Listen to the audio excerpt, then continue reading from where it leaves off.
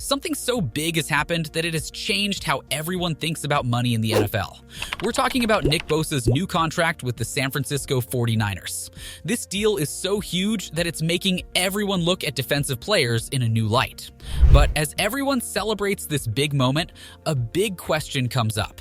Did the 49ers make a smart move or a risky bet? The deal of the century. The impact of Bosa's contract is far-reaching, affecting not just his team, but other franchises as well. For instance, the Dallas Cowboys are now using Bosa's contract as a blueprint for their discussions with Micah Parsons. The Cowboys are looking at a starting point of $35 million per year, with at least $123 million guaranteed for Parsons. This is a significant jump, considering that TJ Watt's extension in 2021 was worth 15.3% of the COVID-adjusted $182.5 million cap. Bosa's contract matches that percentage, setting a new standard for salary cap allocation for defensive players. Moreover, the Philadelphia Eagles are also feeling the ripple effects. Haason Reddick, who had the most sacks last season, is now under scrutiny. His contract ranks 24th in total value, and with Bosa's new deal, the Eagles will have to reconsider their salary cap strategy. Bosa's contract has essentially redefined what it means to be the highest paid defensive player, affecting negotiations for players like Reddick and Parsons. But what does this mean for the 49ers salary cap? The team was already walking a tightrope with their finances, and Bosa's new contract has added significant weight to the balancing act. The 49ers have been known for their financial ingenuity, often restructuring contracts to create cap space. Just before Bosa's deal, they freed up $23.224 million by reworking the contracts of George Kittle and Trent Williams. But even with these maneuvers, the team is projected to be over the cap by $1.105 million in 2024, and that's without factoring in Bosa's new contract. The 49ers have other star players like Deebo Samuel, Fred Warner, and Arik Armstead, who could also be in line for new deals. The team's financial acrobatics will have to be nothing short of extraordinary to keep all these pieces together. The NFL's salary cap is often described as a dirty little secret because teams can always find loopholes to retain players if they really want to. The 49ers are no exception. They have the flexibility to free up nearly $82 million through restructuring contracts. But every action has a reaction. Restructuring contracts now could lead to higher dead cap money hits in future years, a situation the 49ers would want to avoid. The team has to make tough decisions about who stays and who goes.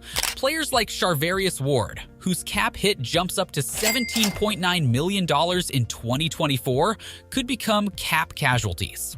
The 49ers have long prioritized their defensive line and linebackers over their secondary, and this could continue in the wake of Bosa's mega deal. The financial balancing act is not just about numbers. It's about priorities, strategies, and long-term visions. The 49ers are in a complex financial dance, and Nick Bosa's contract has changed the tempo. The question is, can they keep up without tripping over their own feet, and why go to such lengths for one player? The man behind the numbers. You see, Nick Bosa is not just a player with a record-breaking contract. He's a force of nature on the field. The defensive end had an incredible season, recording 18.5 sacks and 48 quarterback hits during the regular season.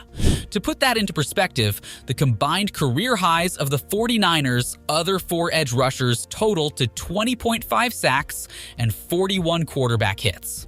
Bosa's presence on the field is a game changer, and the 49ers know it. According to Steve Young, the Hall of Fame quarterback, Bosa's impact on opposing offenses is ×2. It's not just about handling Bosa, it's about the mental games that start even before the match. From Wednesday on, the opposing team is already discussing, what are we going to do? How are we going to handle it? This focus on Bosa distracts the team, pulling their attention away from other key players and strategies. But it doesn't stop there. Once the game starts, you actually have to block him, and that's easier said than done. Bosa's presence on the field is like a double-edged sword.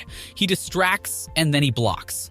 This dual role amplifies his impact, making him a player that can't be ignored. Reggie White was that way, and now Bosa is following in those footsteps. The distraction he brings helps the team in more ways than one.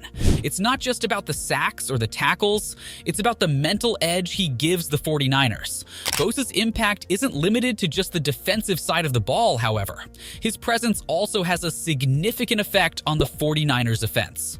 When Bosa is on the field, the offense gets the ball back a lot more, allowing the quarterback to take more chances. Head coach Kyle Shanahan can afford to be more aggressive with his play calling, knowing that he has a defensive powerhouse to fall back on. This symbiotic relationship between the offense and defense is what makes the 49ers a well-rounded team. This is why Shanahan was visibly excited when announcing Bosa's signing. He quipped that the only way Bosa wouldn't be ready for the season opener would be if he had a beer belly and was out of shape, something not in Bosa's DNA. The team has Bosa under control for the next 6 seasons, which means they're investing not just in a player, but in a cornerstone for their defensive strategy. The 49ers general manager, John Lynch, expressed his excitement about Bosa's return to the team, stating that he's a tremendous young man, tremendous teammate, and what a player. Really, a special player. Lynch's words echo the sentiment of the entire 49ers organization and fan base. Bosa is not just another player on the roster. He's one of the faces of the franchise.